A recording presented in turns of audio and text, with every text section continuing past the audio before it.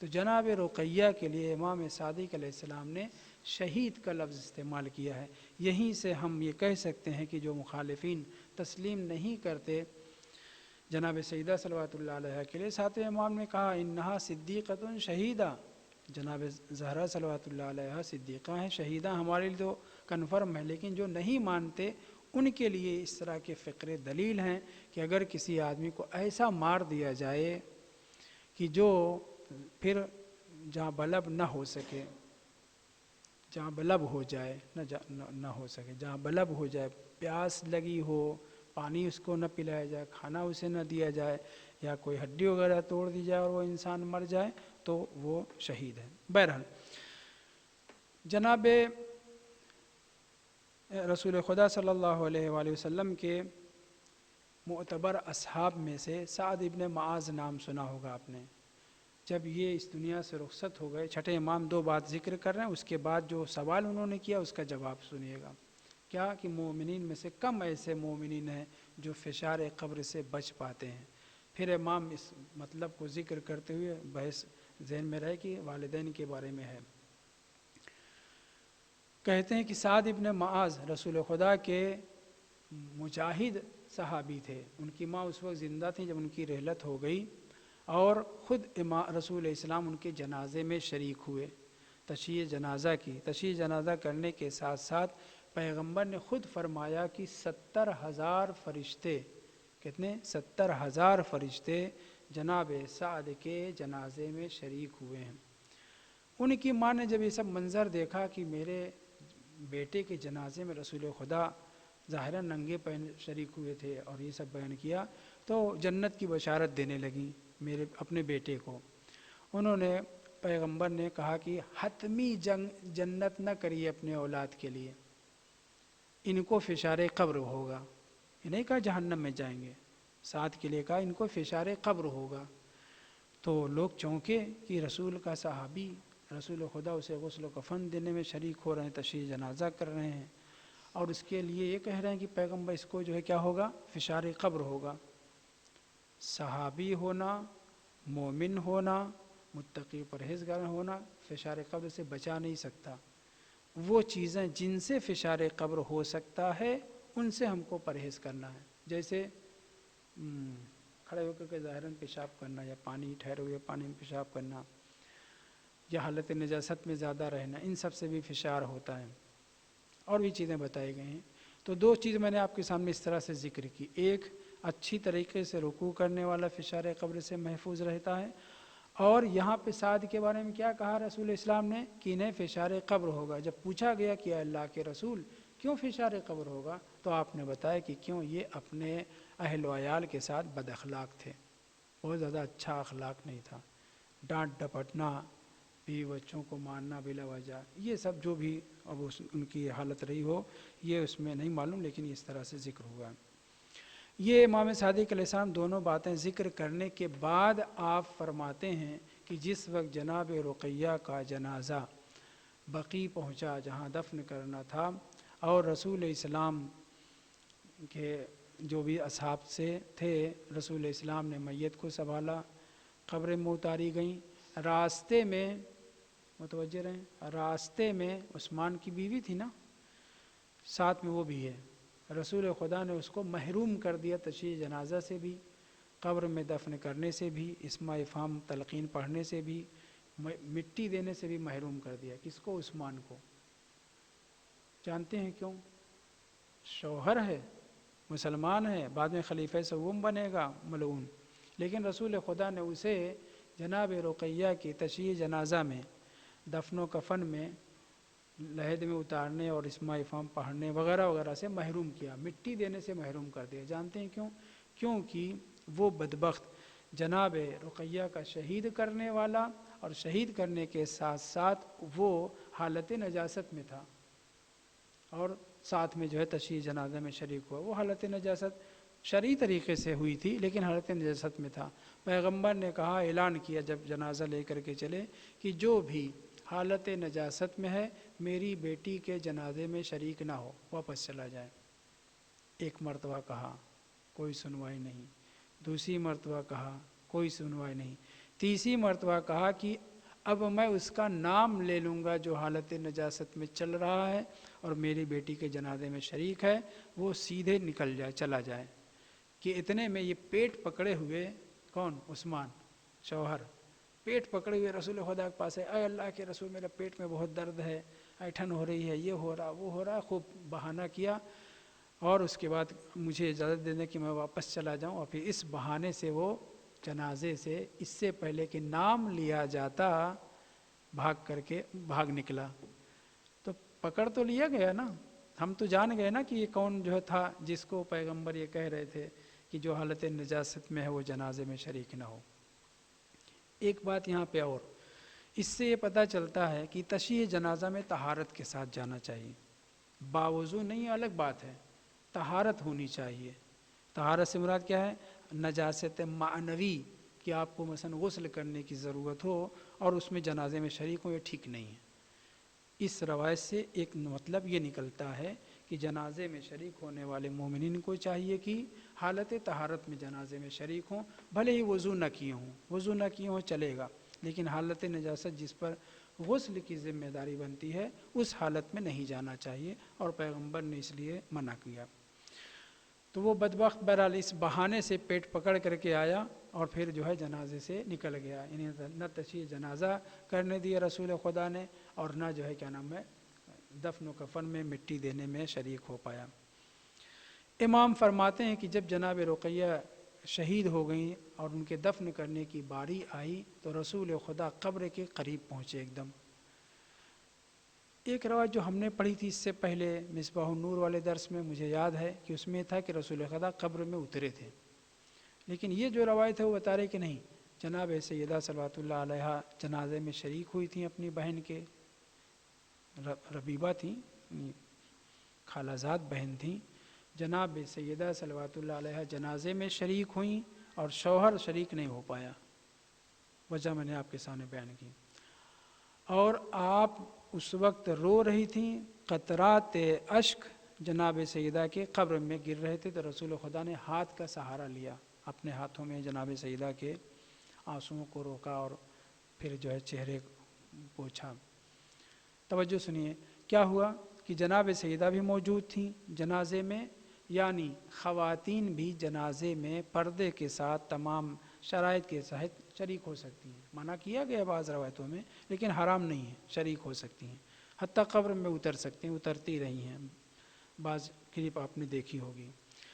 رسول خدا صلی اللہ علیہ وسلم قبر کے قریب آئے اور ایک مرتبہ آسمان کی طرف سر اٹھایا، سر اٹھا کر کے رونے لگے، رونے کے ساتھ ساتھ کچھ پڑھتے جا رہے ہیں، کچھ بولتے چلے جا رہے ہیں، لیکن کوئی سن نہیں پا رہا ہے کہ پیغمبر کیا پڑھ رہے ہیں۔ پھر اس کے بعد سر کو جب دوبارہ نیچے نے رو چکے، سر کو نیچے کیا تو اپنے اصحاب کی طرف متوجہ ہوئے اور کہا کہ میری بیٹی، یعنی یہی جناب رقیہ جو پروردہ تھیں، کیا بولیں گے، ربیبہ تھیں، اتنی کمزور ہے، یہ کمزوری کون سی؟ مظلومہ کا لفظ استعمال کیا، میری بیٹی مظلومہ کمزور ہے، اس لیے میں نے خداوند متعال سے طلب کیا کہ پالنے والے میری بیٹی کو فشار قبر نہ ہو۔ اتنی دیر تک جو میں لو لگائے ہوئے تھا آسمان کی طرف، کس سے؟ یعنی میری بیٹی، بھلے ہی میری بیٹی ہیں، اگر سگی بیٹی تو نہیں تھی لیکن جو مانتے ہیں ان کے اعتبار سے کہتے ہیں کہ بیٹی ہیں، ربیبہ ہیں، مومنہ ہیں، ظلم سہی چکی ہیں، شہید ہو چکی ہیں، لیکن اس کے باوجود بھی فشار قبر کا امکان پایا جاتا ہے۔ غور نہیں کیا آپ نے؟ پیغمبر نے کیا لفظ استعمال کیا؟ مظلومہ۔ امام صادق علیہ السلام نے کیا لفظ استعمال کیا؟ شہید۔ تو شہید اور مظلومہ ہونے کے بعد اگر بنت رسول تھیں سگی، تو بنت رسول ہونے کے باوجود، صاحب ایمان، متقی، پرہیزگار وغیرہ ہونے کے باوجود فشار قبر ممکن ہے، لہٰذا ہمیں ان سے بچنا چاہیے۔ اور اسی لیے کہ جناب رقیہ اس قدر کمزور تھیں، اس قدر ان کی مارا گیا تھا، کئی مرتبہ مار چکا تھا، آخری مرتبہ اتنی بلند یعنی ایسی چیز سے پھینک کر کے، عصا ٹائپ کی کوئی چیز، سنگین وزنی چیز سی، وہ پھینک کر کے مارا تھا، جس کے بعد وہ شہید ہو گئی تھی۔ تو شہید ہونے والی پاکیزہ خاتون بھی بنت رسول اگر ہیں تب بھی کوئی ضروری نہیں کہ فشار قبر نہ ہو، لہٰذا ہم اہل ایمان کو بہرحال اس سے بچنا چاہیے۔ رسول خدا دیر تک آسمان کی طرف دیکھ کر کے روتے رہے، دعا کرتے رہے، اور جب دعا قبول ہو گئی تب اپنے اصحاب کی طرف رک کر کے کہا کہ میں نے اپنی بیٹی کے لیے فشار قبر اٹھا لینے کی دعا کی ہے، اللہ نے میری دعا کو قبول کر لیا ہے۔ کہ اگر پیغمبر دعا نہ کرتے، اگر پیغمبر دعا نہ کرتے تو شہیدہ ہونے کے باوجود، مظلومہ ہونے کے باوجود، مومنہ ہونے کے باوجود، ربیبہ پروردہ رسول خدا ہونے کے باوجود فشار قبر ہوتا۔ جیسے کہ اس صحابی کی بات کی جس کے جنازے میں 70,000 فرشتے آئے ہوئے تھے، رسول خدا جنازے میں شریک ہو رہے ہیں، لیکن وہ فشار قبر سے محفوظ نہیں رہا۔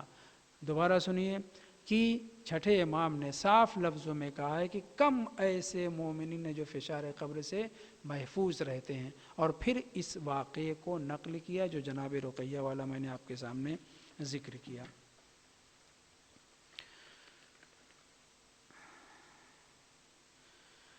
اچھا، اس واقعے کا نقل کرنے کا میں نے ایک وجہ اور بھی بیان کرنا چاہی تھی، بس خلاصے کے طور پہ سن لیں کہ ماں باپ، سگے ماں باپ کا جو مقام و مرتبہ ہے وہ تو ہے ہی، لیکن اگر کوئی پرورش کر رہا ہے، مربی ہے، سگا باپ نہیں ہے، سگی ماں نہیں ہے، تب بھی اس کا وہی حق بن جاتا ہے جو سگے ماں اور باپ کا ہوتا ہے۔ دلیل اس کی ایک تو یہی جناب رقیہ کا واقعہ، دوسرے وہ واقعہ جو امام سجاد علیہ السلام کا ہے کہ ایک دسترخوان پہ بیٹھتے نہیں تھے جناب امام سجاد علیہ السلام، کہیں بے ادبی نہ ہو جائے، کہیں وہ لقمہ نہ اٹھا لوں کہ جسے ان کی دایا جو پرورش کرنے والی تھیں وہ ان کی نظر اس پہ پڑی ہوئی ہو کہ آنکھ ہو جاؤں گا۔ کون سا آنکھ کے واقعی نہیں، معصوم امام تو واقع نہیں ہوتے، لیکن اس احتیاط سے یہ پتہ چلتا ہے کہ جو عورت تربیت کرنے والی ہو، پرورش کرنے والی ہو، بھلے ہی آپ کی سگی ماں نہ ہو، اس کا بھی وہی حق بن جاتا ہے کہ جو سگی ماں کا ہوتا ہے۔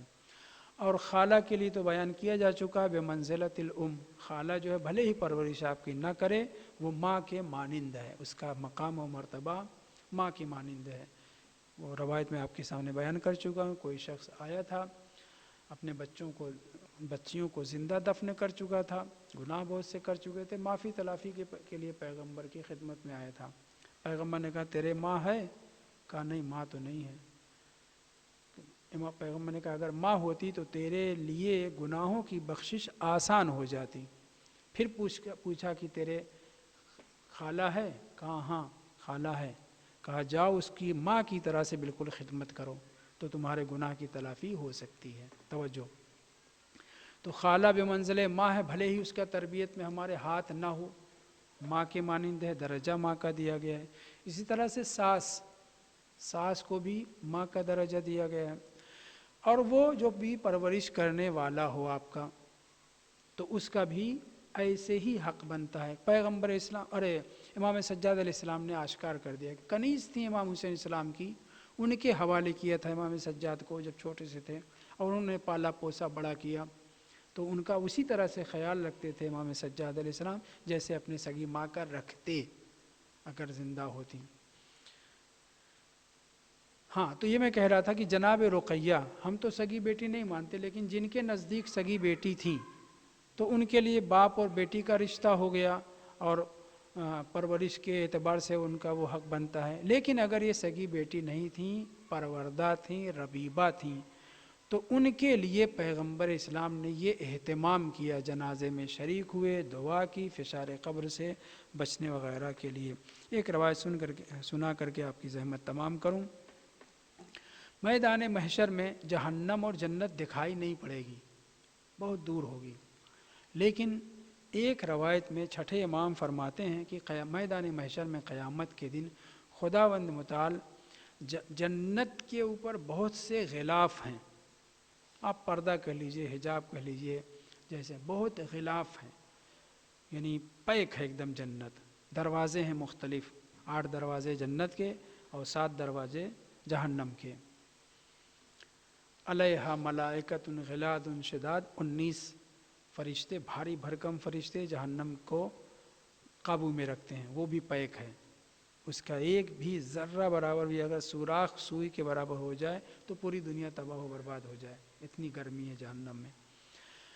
روایت میں چھٹے امام فرماتے ہیں کہ میدان محشر میں یہ نہیں بیان کیا گیا کہ مومنین کے لیے یا غیر مومن کے، کلی طور پہ فرماتے ہیں ذاکان یوم القیامت کشف غطاء من اغطیۃ الجنت، خداوند متعال میدان محشر کے لوگوں کے لیے، یعنی ساری کائنات کے لوگوں کے لیے جنت کے اوپر جو بہت سے غلاف ہیں، ان غلافوں میں سے ایک غلاف، ایک پردہ ہٹا دے گا۔ تو اب میدان محشر میں کون ہوں گے؟ مومن، کافر، مشرک، منافق سبھی ہوں گے۔ سب کے ناک میں جنت کی خوشبو پہنچے گی۔ اگرچہ یہ روایت بعض روایتوں سے ٹکراتی ہے، لیکن مفہوم روایت جو میں آپ کے سامنے پیش کرنا چاہ رہا ہوں اس پہ دقت کریے۔ ایسے تو بہت سی روایات میں جنت کی خوشبو سونگھنے سے کہا گیا ہے کہ فاصلے پر رہیں گے، 500 سال کا فاصلہ، 1000 سال کا فاصلہ، اتنی خوشبو وہاں تک پہنچے گی، مگر فلاں کو نہیں سونگھائی پڑے گا، فلاں کو نہیں سونگھ سکتا، فلاں نہیں سونگھ سکتا۔ لیکن اس روایت میں یہ ہے کہ میدان محشر میں جو لوگ ہوں گے، ساری کی ساری کائنات کے لوگ، جن و انس، جب سب اکٹھا ہوں گے، اس وقت خداوند متعال چھٹے امام فرماتے ہیں کشف غطاء من اغطیۃ الجنت، جنت کے غطاء میں سے، پردوں میں سے ایک پردہ ہٹا دے گا۔ فوجد ریحھا من کانت لہ روح، جو بھی اس وقت جاندار ہوگا، نہیں جو زندہ کیا جائے گا، اب کافر، مشرک، منافق سب اس میں ہوں گے، سب کے سب جس کے پاس روح ہوگی، یعنی جو زندہ کیے جائیں گے میدان محشر میں اس وقت ہوں گے، سب کی کان، سب کے ناک میں جنت کی خوشبو پہنچے گی۔ امام کلی طور پہ بیان کر رہے ہیں، نہیں کہنے کہ وہ مومن ہوگا، کافر ہوگا، مشرک ہوگا، منافق، یہ سب نہیں۔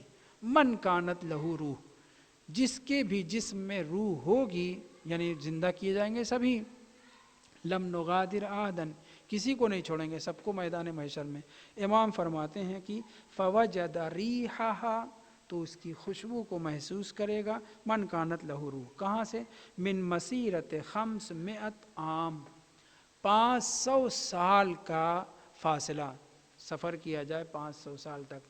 ابھی ایران کے بحری بیڑے والوں نے 8 مہینے میں پوری دنیا کا ایک چکر لگایا ہے، 8 مہینے میں، ظاہراً 8 مہینے۔ یہ کتنا فاصلہ؟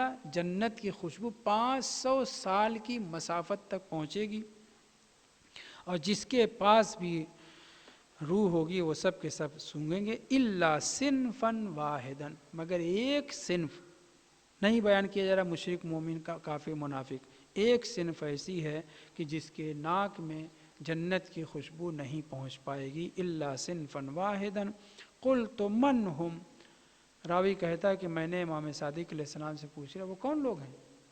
آپ تو پہلے کلی بات کر رہے ہیں، مومن، منافق، مشرک، فرق نہیں کر رہے ہیں، جس کے بھی روح ہوگی وہ 500 سال کے فاصلے پہ وہ خوشبو پہنچ رہی ہوگی، میدان محشر والے گویا سبھی سونگیں گے، تو یہ کون ایک صنف ہے کہ جو نہیں سونگے گی؟ امام نے فرمایا العاق لوالدہ، العاق لوالدہ، کتنا خطرناک جرم اور ظلم ہے، گناہ کبیرہ ہے، 7 بڑے گناہان کبیرہ میں، سپر گناہان کبیرہ کتنے ہیں؟ 7 ہیں، ان میں سے ایک کیا ہے؟ عاق کے والدین ہونا۔ خداوند متعال سے دعا ہے کہ پالنے والے ہمیں دنیا میں ولو ماں باپ زندہ ہوں یا دنیا سے رخصت ہو چکے ہوں، کیونکہ دونوں صورت میں عاق کے والدین ہونے کا امکان پایا جاتا ہے، خدایا ہمیں کبھی بھی نہ اپنے سگے ماں باپ کا عاق قرار دینا، نہ اپنے معنوی، روحانی، حقیقی ماں باپ یعنی محمد اور آل محمد علیہ السلام کا عاق ہوں۔ والحمدللہ رب العالمین۔ اللہم صلی علی محمد و علی۔ مولانا معصوم صاحب پتہ نہیں گئے کہ نہیں گئے، آج جانے والے تھے، ان کی والدہ کی طبیعت خراب ہے، 3 مرتبہ مل کر کے اما یجیب پڑھیں، کل بھول گیا تھا۔ بسم اللہ الرحمن الرحیم، اما یجیب المضطر اذا دعاہ ویکشف السوء۔